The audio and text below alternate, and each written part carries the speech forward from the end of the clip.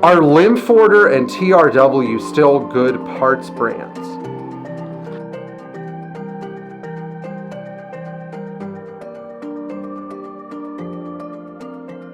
Every once in a while I have to make videos about this stuff, because if I don't, people won't know what to buy. They fall into the trap of ordering stuff off the internet, and then they don't know, why did this fail a year later or whatever. I have had a lot of examination of different Mercedes parts and why some parts are better than others, and where all the good parts come from, because you will see that certain manufacturers make the parts both for themselves and Mercedes. A great example of this dichotomy is Continental. Continental has belts they make for Mercedes that are built to Mercedes specifications in Germany. And then they have their generic ContiTech belts, which are not built to Mercedes specs. They're built to a size, but they're engineered in Germany and made in China. And the funny part is the Mercedes belt is just a few dollars more. So why? Why the difference? Well, we can figure that Continental is making money on the buy, because each of those crappy Chinese belts that were probably not engineered in Germany are being purchased at 5 cents a unit, if even that. Even as labor costs rise in China, but there's some more subtle problems that go on, because a lot of these parts manufacturers are banking off of their name. Another big one is Lemforder. I used to use a lot of Lemforder stuff 5 years ago, but then I started getting Lemforder boxes made in Turkey, made in China, made in Malaysia. I'm not saying that if you put these parts in, they're going to fail instantly. They're probably going to give you a reasonable service life if you're driving the car every day. Or they're going to give you what I would call a decent service life if you're not somebody who's driving your car all the time. Like if you have a 123 series car that you don't, you're like me, you drive the car once a month or once every 3 or 4 weeks. Fine, whatever. I still don't put those parts on my cars. I don't do that. But what I'm saying is that these parts aren't so bad that they're going to render your car inoperable. My problem with these parts is the fact that these companies are using their name, the reputation they forged, but they're building a subpar part in Malaysia, or China, or wherever. Great example, Lemforder upper control arms. And please forgive me if I've given any information that's false. But from what I understand, the quality of these parts is not as good as it used to be under certain conditions. I'm not going to say which model they're for. I'm just going to give them as a generic example. But we put a set of these in a 6.9 in 2018. And I think they had just switched production to outside of the EU. It was somewhere in Asia.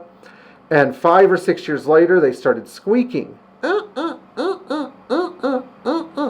Now, it doesn't mean that they blew up or failed. It's just the squeak. The squeak would drive me crazy. Sure enough, I called Mercedes. $80, $90 a control arm. No, wait. No, it's lower than that. $68 and $72 a control arm. Made in Germany from Mercedes. Made by TRW to Mercedes specifications in Germany. Squeaking goes away. You know what I saved in those control arms? About $10 buying the Lemforder units. I should have just bought them from Mercedes at the time. And this is where things get really interesting, because the cost of these generics is not that much different from the Mercedes units. Like another good example is a lower ball joint. 126, 116, 123. If I buy one from TRW or Lemforder, it's going to be made outside of the EU, somewhere in Asia. By the way, Turkey's included in this, although Turkey's manufacturing is a little better than I would say China's is.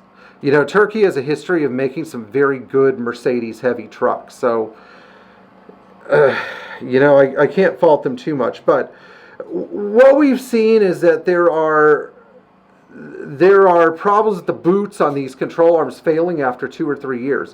Whereas the genuine Mercedes boots are good for 20, 25 years. If you think about all the trouble you have to go through to change a lower ball joint on a 123, the knocking it out, the pressing, the removing the spindle, all that stuff.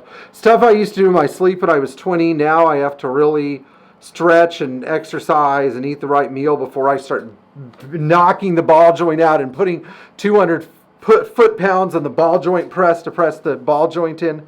What the point I'm trying to make is that it's not worth the extra trouble you have to go through. It's not worth having to replace the part in 2 years, you know?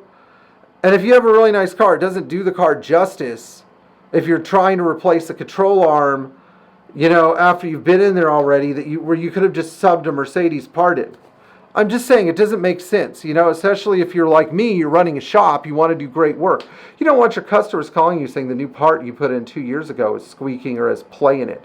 Another good example, Lemförder idler arm bushings. This 126 idler arm kit is not just used on 126 cars. It's used on cars as far back as the W108, like the 280S and SE. Those bushings on the Lemförder arms develop play after 12 to 24 months. You get wobble, wobble, wobble. Are you going to feel it in your wheel? No. Is it going to fail outright? No.